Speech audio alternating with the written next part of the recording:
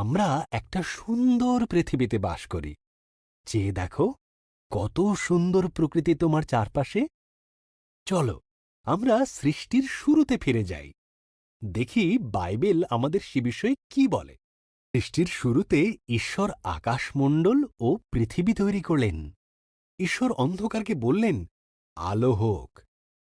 এই আলোকে তিনি নাম দিলেন দিন, আর অন্ধকারকে নাম দিলেন রাত্রি। প্রথম দিন শেষ হল। এরপর ঈশ্বর উপরের জল থেকে নিচের জলকে আলাদা করে ফাঁকা জায়গা তৈরি করলেন, যার নাম দিলেন আকাশ। দ্বিতীয় দিন শেষ হল।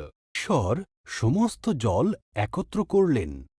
এর ফলে শুকনো জায়গা দেখা দিল। তিনি শুকনো জায়গার নাম দিলেন ভূমি, আর জমা জলের নাম দিলেন সমুদ্র।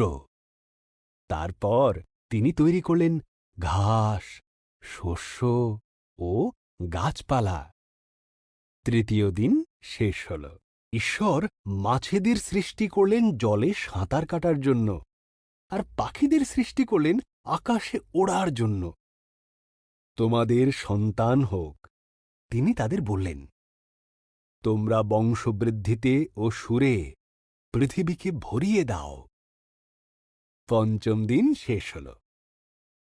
এরপর ঈশ্বর পশুদের সৃষ্টি করলেন। তিনি গৃহপালিত পশু, বন্য পশু ও সরীসৃপ প্রাণী তৈরি করলেন। ঈশ্বর বললেন, আরও একটি সৃষ্টি বাকি আছে, যা সবার মধ্যে অত্যন্ত মূল্যবান। তাই তিনি নিজের মতন করে পুরুষ ও নারী সৃষ্টি করলেন। তিনি বললেন, তোমাদের সন্তান হোক, পৃথিবীর দায়িত্ব নাও, মাছ ও পশু পাখিদের যত্নে রেখো। ষষ্ঠ দিন শেষ হল। এরপর ঈশ্বর দেখলেন তাঁর সমস্ত সৃষ্টিকে খুব সুন্দর। তিনি বললেন, এই সপ্তম দিনে তিনি বিশ্রামে গেলেন এবং দিনটিকে স্মরণীয় করে রাখলেন।